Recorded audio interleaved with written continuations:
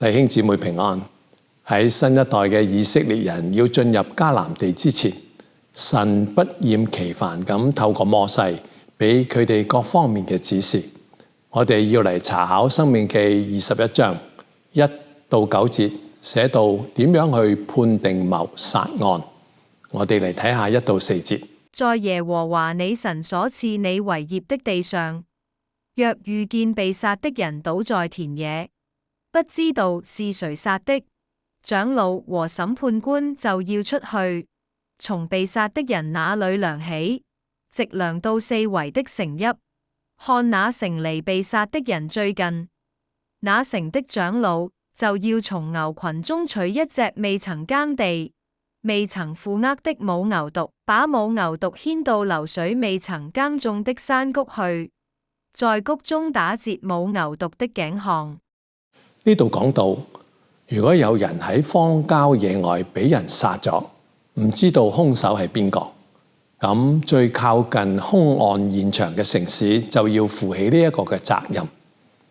如果唔係呢個城裏邊嘅人殺嘅，咁嗰個城嘅長老就要牽一隻母牛犢去到山谷，喺溪水旁打斷牛嘅頸項，意思係要讓呢件謀殺案隨流逝去。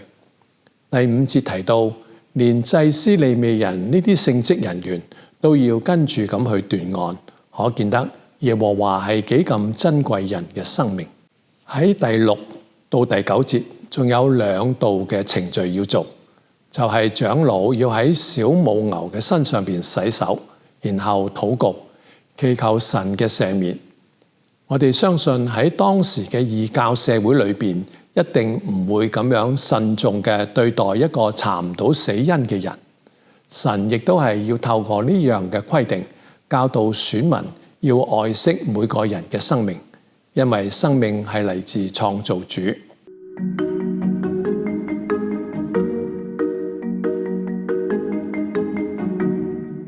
跟住喺《申命記》21章10到14節，講到點樣對待被擄嘅女子。我哋嚟睇下10到13節。你出去與仇敵爭戰的時候，耶和華你的神將他們交在你手中，你就擄了他們去。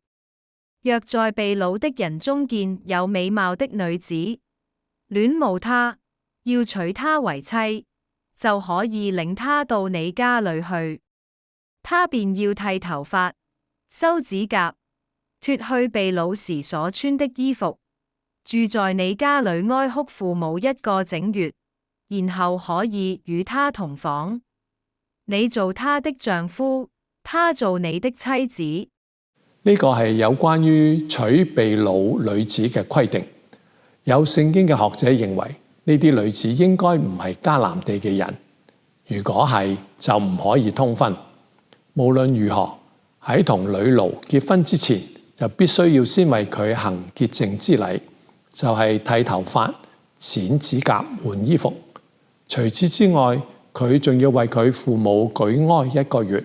好可能係因為佢嘅父母已經喺戰亂之中死亡，亦都可能只係一種被逼離開父母嘅哀傷表演。如果呢個女奴係外邦女子嘅話，咁佢咁樣做亦都係好有意義嘅，表示佢正式脫離佢原來嘅民族同家庭，歸入到以色列人嘅家庭。雖然係被擄嘅女子，神亦都唔准許選民虧待佢哋。喺第14節嗰度仲有咁嘅規定，主人娶咗佢之後，如果唔喜歡佢，就要還佢自由身，唔可以賣佢為奴噃。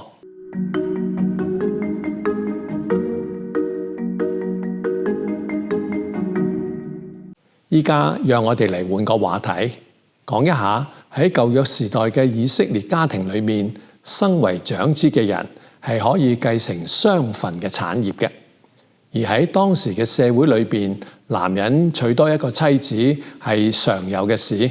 為咗避免做父親嘅有私心，所以喺《申命記》21章15到17節規定咗，唔可以廢掉唔受寵愛嘅妻子所生嘅長子，一定要俾佢雙份嘅產業。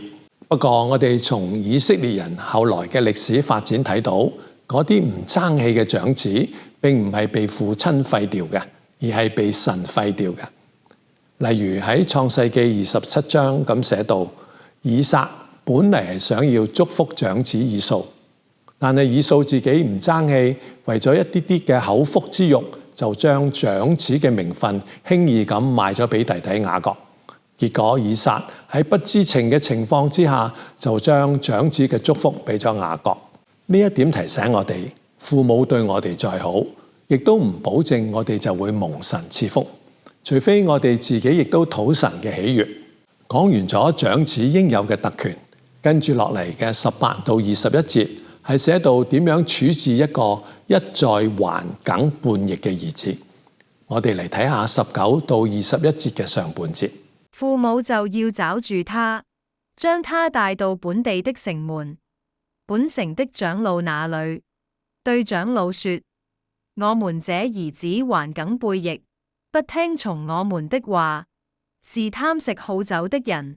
本城的眾人就要用石頭將他打死。呢度講到要用石頭打死頑梗叛逆嘅兒子，點解神要處罰得咁重呢？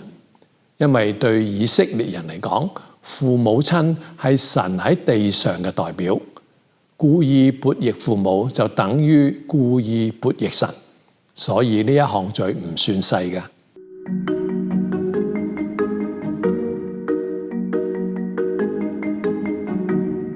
跟住落嚟嘅《申命記》21章22同23節有咁嘅記載，講到點樣處置死刑犯嘅屍體。人若犯該死的罪，被治死了，你將他掛在木頭上，他的屍首不可留在木頭上過夜，必要當日將他葬埋，免得玷污了耶和華你神所賜你為業之地，因為被掛的人是在神面前受咒詛的。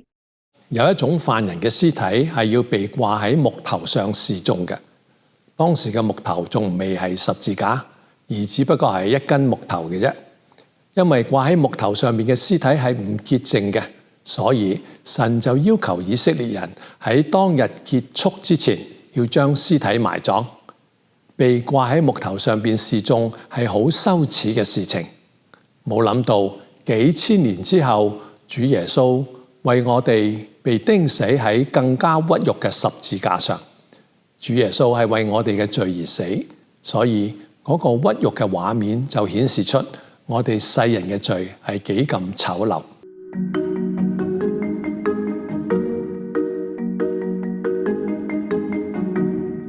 跟住落嚟嘅《申命記》22章記載咗一啲瑣碎嘅規定，都係神嘅選民喺平常嘅生活裏邊會遇到嘅。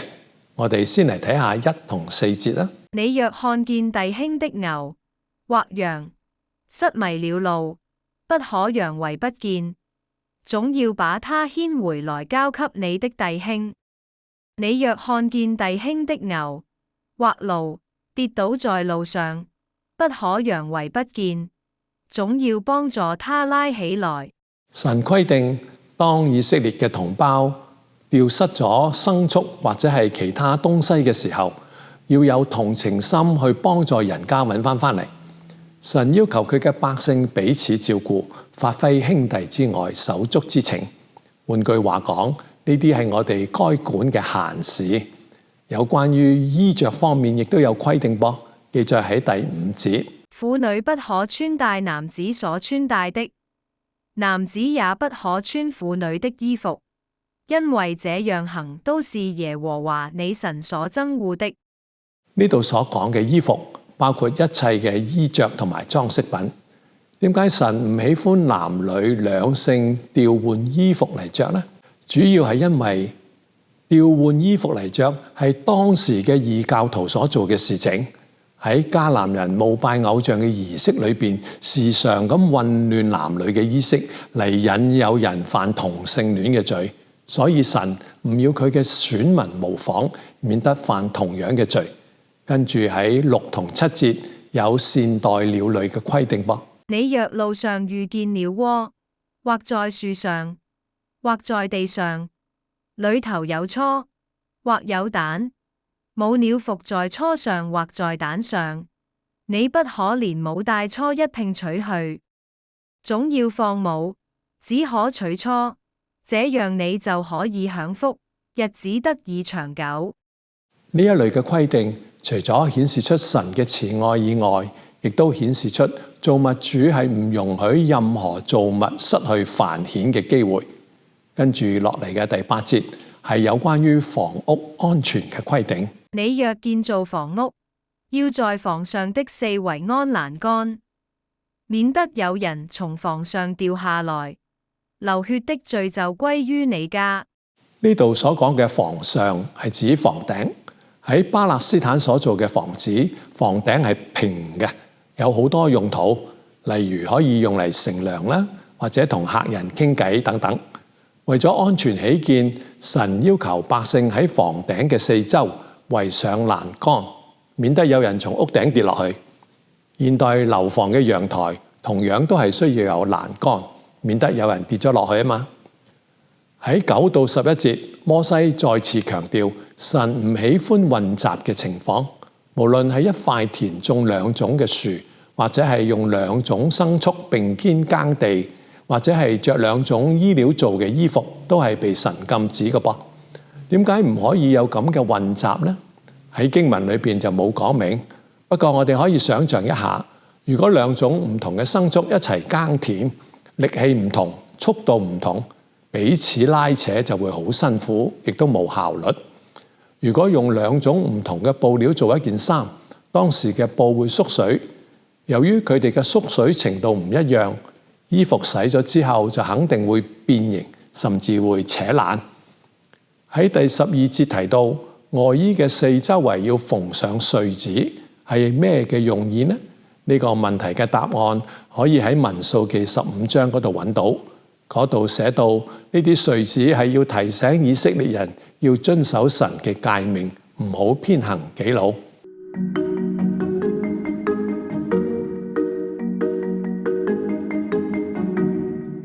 跟住喺申命記22章13到30節，摩西重述神唔准人行淫嘅規定。